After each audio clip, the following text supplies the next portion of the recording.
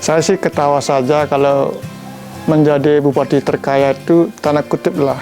Karena kalau bupati kaya, izin ya, itu juga menjadi sebenarnya adalah pelayan ataupun buruhnya rakyat. Kenapa disebut pelayan atau buruhnya rakyat? Karena yang menggaji juga rakyat. Jujur ya, kadang-kadang ya kasar sedikit lah. Masyarakat kencing saja dia bayar, sisihkan uang untuk menggaji pejabat.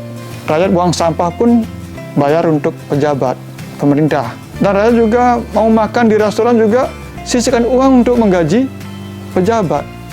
Tidur di hotel pun juga masyarakat sisihkan uang untuk menggaji pejabat.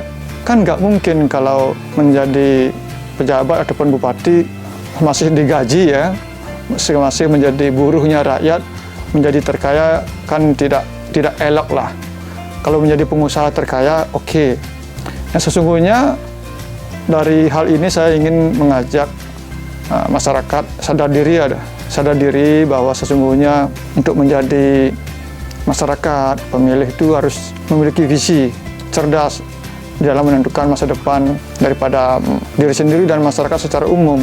Karena selama ini apa yang terjadi, ada politik yang sifatnya tanda kutip mundur, politik yang dicederai dengan ya money politik, transaksional. Dalam hal ini ya pelacuran diri lah. Jadi menjual suara, menjual masa depan sampai 5 tahun. Sehingga kita 5 tahun itu sudah kehilangan hak ataupun kehilangan jati diri. Jadi kalau kita di dalam politik menentukan pemimpin melacurkan diri, menjual suara, yang namanya melacurkan diri ya kita menjadi orang miskin, menjadi orang lacur. Jadi saya ingin mengajak bagaimana masyarakat itu sadar diri, apa artinya uang yang 100.000, mungkin 200.000 dalam 5 tahun hidup kita sudah kayak politik dagang sapi lah. Dibeli 200.000 nanti dijual sama tanda kutip dengan pihak lain 1 juta mungkin kan. Kita sudah rugi banyak. Sekali lagi kita ingin pemimpin itu lahir dari aspirasi rakyat yang murni, manakala pemimpinnya memiliki track record, integritas yang patut dibanggakan ataupun patut dipercaya, sehingga pemimpin ini sejatinya adalah pelayan rakyat, bukan menjadi tanda kutip jadi pemimpin oligarki, pemimpin yang menjadikan masyarakatnya sebagai objek penderita. Kan malu, Bali terkenal sebagai daerah destinasi wisata, tapi banyak sekali masyarakatnya miskin. Itu karena apa? Karena pemimpinnya tidak secara sungguh-sungguh, secara konsekuen di dalam menjalankan sumpah dan janji jabatan sebagai pejabat di dalam menjalankan amanahnya.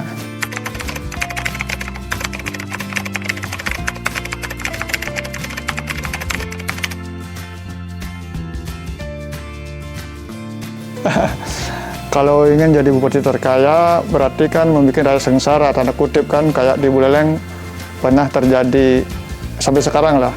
Jadi bupati menaikkan pajak bumi dan bangunan sampai ada 500%, 700%, bahkan rakyat sampai mengeluh semua itu. Banyak yang nggak mampu bayar pajak. Jadi tidak boleh terjadi itu. Saya ini tidak berambisi untuk menjadi menjadi bupati, menjadi apa.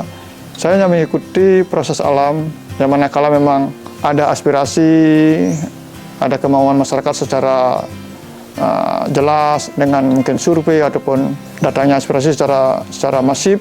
Saya sebagai politisi pasti menyambut itu dengan tanggung jawab.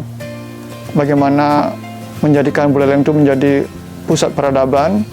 Yang dimaksud dengan pusat peradaban yaitu ya di mana daerahnya itu menjadi daerah maju, rakyatnya makmur, masyarakatnya juga taat hukum, karena pemimpinnya menjadi panduan daripada masyarakatnya. Tidak mungkin pemimpin yang baik dan seterusnya masyarakatnya tidak mau mengikuti pemimpin yang baik. Dan juga sebaliknya, manakala pemimpinnya tidak baik, tanda kutip korupsi ataupun suka ya mencederai rasa keadilan, di bawah itu akan tumbuh berkembang pemimpin-pemimpin apakah dari camat, kepala desa sampai kepala dusun akan ikut juga demikian, karena contohnya juga nggak baik. Dalam filosofi itu ada istilah di bawah jenderal yang baik ya prajurit yang buruk pun akan menjadi baik. Dan sebaliknya, di bawah jenderal yang buruk, prajurit yang baik akan menjadi buruk. Jadi kita ingin bagaimana masyarakat luas, khususnya juga tokoh-tokoh yang punya pengaruh, gunakanlah waktu kita dalam hidup ini untuk memperbaiki karma, memperbaiki peradaban, menggunakan pengaruh kita ke pengaruh yang positif. Jangan sampai kita ya tergiur dengan uang sesaat yang bikin sesat, dikasih uang oleh tokoh perjuangan saya, tapi tidak memperhatikan etika-etika ataupun nilai-nilai luhur, apa yang menjadi sebuah tatanan ataupun ketentuan di dalam menentukan kepemimpinan masa depan.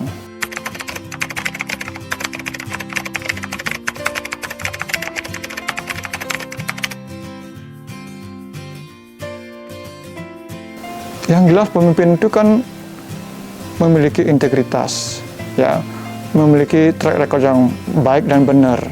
Kalau sudah pemimpin memiliki integritas, track record yang baik dan benar, manakala dia memimpin pasti menjalankan apa yang menjadi kepribadian yang dia miliki. Karena seperti contoh, kalau pemimpinnya suka makan-makan, itu akan sering menggelar kegiatan makan-makan pada waktu memimpin. Tapi kalau pemimpinnya suka kerja, disiplin, dan bertanggung jawab, maka apa yang menjadi sebuah implementasi saat memimpin pasti akan dilaksanakan karakter-karakter itu. Jadi kembali lagi, ya, pemimpin itu adalah bagian daripada sentral daripada apa yang terjadi di bawah.